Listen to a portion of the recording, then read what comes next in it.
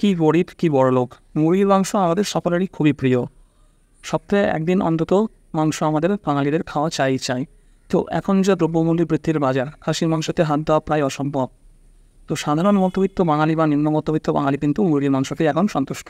কিন্তু আপনারা কি জানেন এই মুরগির মাংস কত বড় বিপদ ডেকে আনছে আমাদের শরীরে? এই মুরগির মাংস খাওয়ার ফলে আমাদের শরীরে কী রোগ বাসা বাঁধছে, কত বড় ক্ষতি করছি আমরা আমাদের নিজেদের।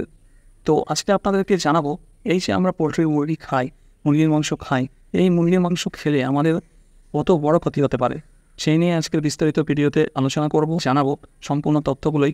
আপনাদের অবশ্যই এই তথ্যগুলো জানা উচিত, জেনে রাখা উচিত আপনাদের নিজেদের সুরক্ষার্থে। তো ভিডিওটি মন দিয়ে দেখবেন, তাহলে কিন্তু সম্পূর্ণটা আপনারা জানতে পারবেন। আর ভিডিওর শেষে যদি ভিডিওটি ভালো লেগে থাকে, ভিডিওটিকে একটি লাইক করবেন। এরকম গুরুত্বপূর্ণ এবং ভালো ভালো ভিডিও দেখার জন্য চ্যানেলটিকে অবশ্যই সাবস্ক্রাইব করে রাখবেন। তো চলুন খবরের বিস্তারিত অংশে গিয়ে আপনাদেরকে দেখিয়ে দিই। ইউটিউব, গুগল ঘেঁটে বা নিত্য নতুন মুরগির সুস্বাদু রান্না শিখছেন আর প্রায় প্রতিদিনই বাড়িতে বানাচ্ছেন। Chicken fry, chicken roast, chicken wing, chicken nuggets, এমনই আরও কত কিছু। এসবের জন্য আজকাল আর রেস্তোরাঁয় যেতে হয় না, বাড়িতেই বানিয়ে ফেলা যায় অনায়াসে। কিন্তু জানেন কি, এই চিকেন প্রীতি আপনার মারাত্মক বিপদ ডেকে আনছে। অধিকাংশ অ্যান্টিবায়োটিক ওষুধ শরীরে ব্যাকটেরিয়ার সংক্রমণ ঠেকাতে ব্যর্থ হবে। শুধু তাই নয়, আমাদের স্বাভাবিক রোগ প্রতিরোধ ক্ষমতাও নষ্ট হয়ে যেতে পারে ধীরে ধীরে, এমনটাই জানাচ্ছেন বিশেষজ্ঞ চিকিৎসক। তিনি জানান, আসলে ইদানিং আমরা যত মুরগি খাই তার প্রায় সবই আসে কোনো না কোনো পোলট্রি খামার থেকে। আর প্রায় সব পোলট্রি খামারেই মুরগির স্বাস্থ্য দ্রুত বাড়াতে, বেশি মাংস পেতে মুরগির খাবারের সঙ্গে এক ধরনের অ্যান্টিবায়োটিক ওষুধ দেওয়া হয়। এই অ্যান্টিবায়োটিকের প্রভাবে মানুষের শরীরে অ্যান্টিবায়োটিক ওষুধের কার্যক্ষমতা দিন দিন হ্রাস পেতে থাকে। এভাবে চলতে থাকলে একটা সময় হয়তো অধিকাংশ অ্যান্টিবায়োটিক ওষুধই শরীরে কোনো রকম ব্যাকটেরিয়ার সংক্রমণ হলে তা ঠেকাতে ব্যর্থ হবে। অরিন্দম বিশ্বাস জানান, সম্প্রতি লন্ডনের ব্যুরো অফ ইনভেস্টিগেটিভ জার্নালিজমের চালানো একটি সমীক্ষায় উঠে এসেছে একটি চাঞ্চল্যকর তথ্য।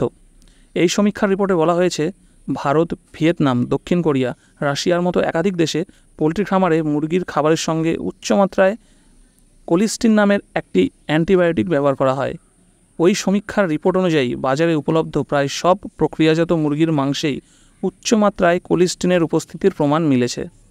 অ্যান্টিবায়োটিক ব্যবহারের ক্ষেত্রে বিশ্ব স্বাস্থ্য সংস্থার যে বিধিনিষেধ রয়েছে তা যে কোনোভাবেই মানা হচ্ছে না, তারই প্রমাণ মিলেছে এই সমীক্ষায়। কিভাবে এই বিপদ এড়ানো যাবে? ডক্টর অরিন্দম বিশ্বাসের মতে, দেশের পোলট্রি খামারগুলোতে কোলিস্টিনের যথেচ্ছ ব্যবহার বন্ধ করতে ব্যবস্থা নিতে হবে দেশের খাদ্য সুরক্ষা বা স্বাস্থ্য রক্ষার দায়িত্বে থাকা জনপ্রতিনিধি বা কর্তা ব্যক্তিদের। কিন্তু সরকারিভাবে ব্যবস্থা গ্রহণের আগে আমরা নিজেরা একটু সতর্ক হলে বিপদ অনেকটাই এড়ানো সম্ভব।